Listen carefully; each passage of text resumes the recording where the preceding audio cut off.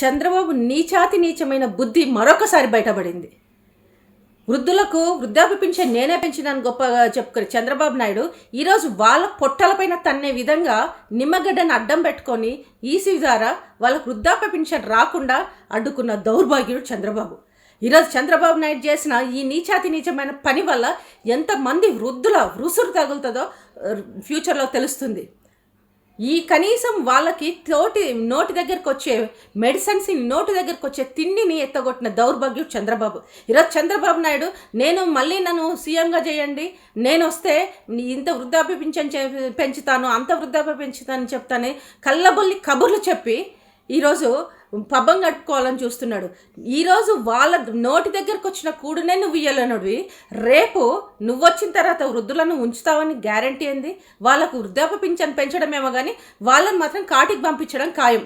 ఎందుకు చెప్తున్నానంటే నీ దౌర్భాగ్య బుద్ధి అర్థమైన తర్వాత వాళ్ళు రేపు భూమికి భారము, వీళ్ళు ఉండడం వల్ల ఏమి మనకు ప్రయోజనము అనే రకము నువ్వు.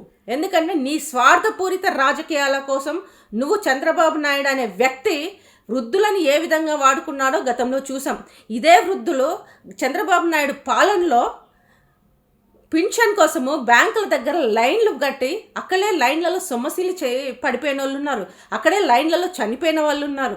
అక్కడికే ఆ లైన్లోకే టిఫిన్ బాక్సులు కట్టుకొని పోయి 2 రోజులు 3 రోజులు వృద్ధాప్య పింఛన్ కోసం వేచి చూసిన రోజులు ప్రతి ఒక్క అవ్వకు తాతకు గుర్తున్నాయి. మరి ఈ చంద్రబాబు నాయుడికి ఈరోజు వృద్ధుల మీద అంత ప్రేమ ఒలకబోసినట్టు కబుర్లు చెప్తాడు కదా, వాళ్ళ నోటి దగ్గర నోటి దగ్గరకు వచ్చే మెడిసిన్ని ఎందుకు తన్నాడు, కడుపులో ఎందుకు తన్నాడు నేను అడుగుతున్నాను. చంద్రబాబు నాయుడు గారి పరిస్థితి ఎలా ఉందంటే, అమ్మకు అన్నం పెట్టలేనోడు పిన్నమ్మకు గాజులు కొనిస్తా, బంగారు గాజులు కొనిస్తా అనే సామెతలా ఉంది. ఉన్న పింఛన్ని నోటి దానికి వచ్చిన పింఛన్ ఎత్తగొట్టినోడు రేపు అధికారంలోకి వస్తే నేను వృద్ధాప్య పింఛన్ పెంచుతాను, నేను వృద్ధులను బాగా చూసుకుంటానంటే నిన్ను నమ్మినోడు ఎవడయ్యా అని నేను అడుగుతున్నాను.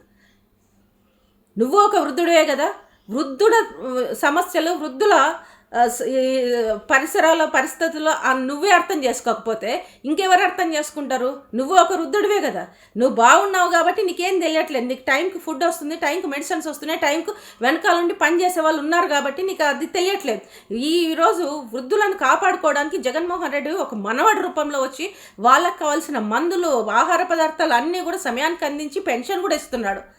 దాన్ని జీర్ణించుకోలేక ఈరోజు వృద్ధుల పొట్ట కట్టిన దౌర్భాగ్యుడు నువ్వు.